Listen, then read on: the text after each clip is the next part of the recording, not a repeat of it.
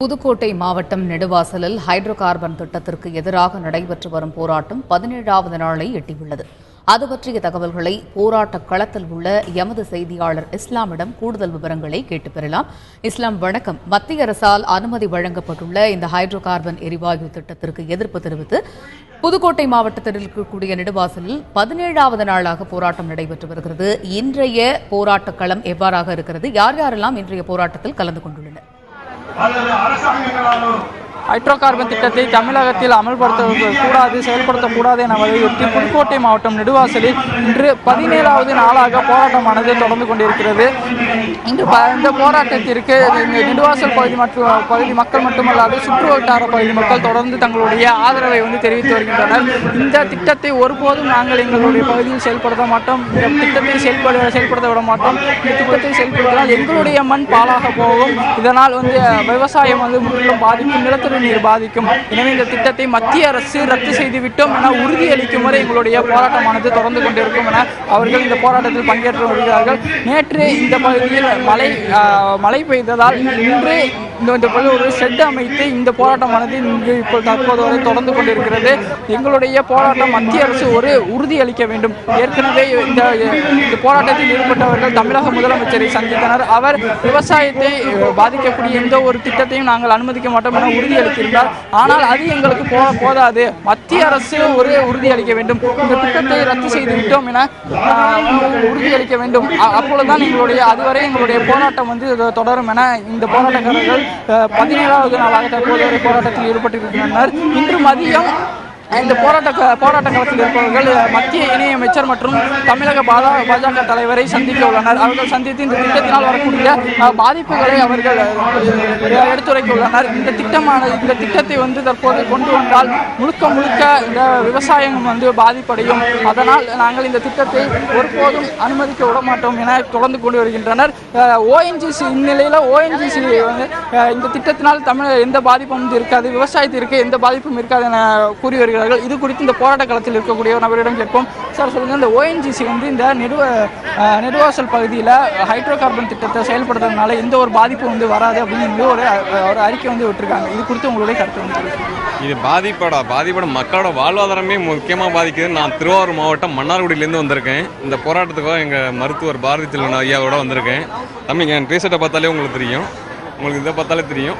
இது மிகப்பெரிய ஒரு தமிழ் இனத்துக்கே உள்ள அசிங்கமாக நினச்சி அனைத்து ஊர் மக்களும் எல்லாரும் இந்த போராட்டத்தில் கலந்துக்கணும் வச்சுக்கணும்னு சொல்லி நான் ஆசைப்பட்றேன்.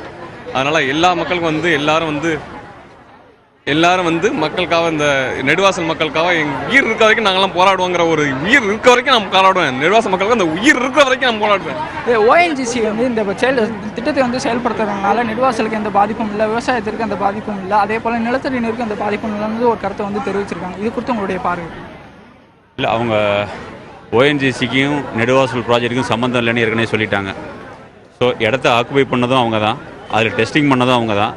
ஸோ அதுக்கடுத்து இப்போ போராட்டங்கள் வளர்த்தோடனே எங்களுக்கு அதுக்கு சம்மந்தம் இல்லை அப்படி சொன்னாங்க. அவங்களுக்கு இதுக்கு சம்மந்தம் இல்லை. அப்புறம் இந்த ஃபீட்பேக்லாம் கொடுக்க வேண்டிய அவசியம் அவங்க கிடையாது.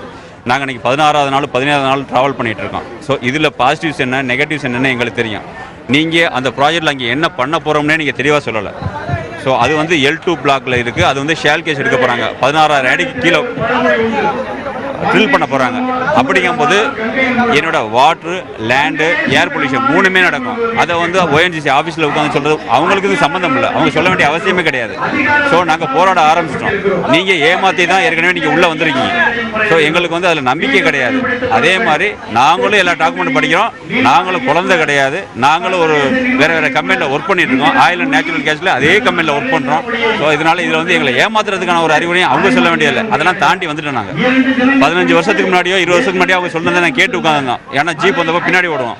இப்போ அப்படி கிடையாது. நாங்களும் அந்த இண்டஸ்ட்ரியில் அதே மாதிரி இண்டஸ்ட்ரியில் நாங்களும் ட்ராவல் பண்ணிட்டு இருக்கோம், ஒர்க் பண்ணிட்டு இருக்கோம். ஸோ அதனால எங்களுக்கு கண்ணாம்பூச்சி விளையாட்டுலாம் வேண்டாம், கிராஸ் பண்ணி வந்துட்டோம். இதே ONGC சொன்னாங்க எங்களுக்கு அதுக்கு சம்மந்தம் இல்லைன்னாங்க. நாங்கள் அவங்க ரெடி பண்ணி ஒர்க் பண்ணுறாங்க நான் சொல்லலை. ஆனால் இனிஷியலாக ஆரம்பித்தது அவங்க தான். அவங்க இல்லை, எங்களுக்கு அதுக்கு சம்மந்தம் இல்லைங்கிறாங்க. அப்படிங்கும்போது அவங்களோட பேச்சை நம்புறதுக்கு நாங்கள் தயாராக இல்லை. இவர்கள் சொல்லக்கூடிய கருத்து, ஒரு 15 ஆண்டுகளுக்கு முன்பாக இந்த பகுதியில் வந்து மண்ணெண்ணெய் எடுக்கலாம் நாங்கள் வந்து அனுமதி வந்து ONGC நிர்வாகம் வந்து வாங்கியிருக்கிறது. அப்பொழுது வந்து நாங்கள் வந்து எதுவும் விவரம் தெரியாமல் நாங்கள் அனுமதி அளித்துள்ளோம். ஆனால் வந்து இப்பொழுது நாங்கள் இந்த கிராமத்து இளைஞர்கள் முழுவதுமாக படித்த இளைஞர்கள் பலர் இருக்கிறோம், வெளிநாடுகளில் பலர் வேலை செய்து இருக்கிறோம். இந்த திட்டத்தினால் வந்து என்ன பாதிப்பு இருக்குங்கிறது எங்களுக்கு முழுவதுமாக வந்து தெரியும். இதனால் வந்து நாங்கள் இது வந்து ONGC சொல்லக்கூடிய இந்த தகவலை வந்து நாங்கள் ஒருபோதும் வந்து ஏற்றுக்க மாட்டோம். அவர்கள் 15 வருடங்களுக்கு முன்னாடி எங்களை ஏமாற்றிட்டாங்க. தற்போது அவர்கள் ஏமாற்றணும்னு நினைக்கிறாங்க. அவர் நிச்சயமாக அவர்களுடைய அந்த ஏமாற்று வேலையை நாங்கள் நம்ப மாட்டோம். இது எங்கள் முழுக்க ஏமாற்ற வேலை என்று அவர்கள் தொடர்ந்து கருத்து கூறி வருகிறார்கள். மத்திய அரசு வந்து ரத்து செய்து விட்டோம் என்று சொல்லும் வரை எங்களுடைய போராட்டம் தொடரும். ஒரு அறிவியல் பூர்வமான அறிக்கையின்படி இந்த பகுதியில் வந்து ஹைட்ரோ கார்பன் திட்டத்தை எடுக்கும் பொழுது விவசாய நிலையங்கள் வந்து பாதிக்கும், அதே போல நிலத்தடி நீர் பாதிக்கும் என்பது நாங்கள் வந்து முழுவதுமாக படித்துள்ளோம். நாங்கள் இது குறித்து ஆய்வு செய்து வருகிறோம். அதனால் இந்த திட்டம் குறித்து எங்களுக்கு முழுவதுமாக தெரியும். 15 வருடங்களுக்கு முன்னால் எங்களை ஏமாற்றியது போல் தற்போது ஏமாற்ற வேண்டாம். தொடர்ந்து எங்களுடைய போராட்டம் வந்து நடந்து கொண்டிருக்கும். மத்திய அரசு வந்து இந்த திட்டத்தை கைவிட்டு விட்டோம் என அறிவிக்கும் வரை தொடரும். இது எங்களுக்கான பிரச்சனை அல்ல, எங்களுடைய சந்ததிகளுக்கான பிரச்சனை. இது வெறும் தற்போது வந்து முடிந்துவிடப் போவதில்லை. தொடர்ந்து எங்களுடைய சந்ததிகளை காக்கக்கூடிய ஒரு பிரச்சனையாக இருக்கிறது. அதனால் நாங்கள் இந்த மத்திய அரசு ஒரு உறுதியளிக்கும் வரை எங்களுடைய இந்த போராட்டமானது தொடரும் என இந்த போராட்ட களத்தில் இருக்கிறவர்கள் கருத்து தெரிவிக்கிறார்கள்.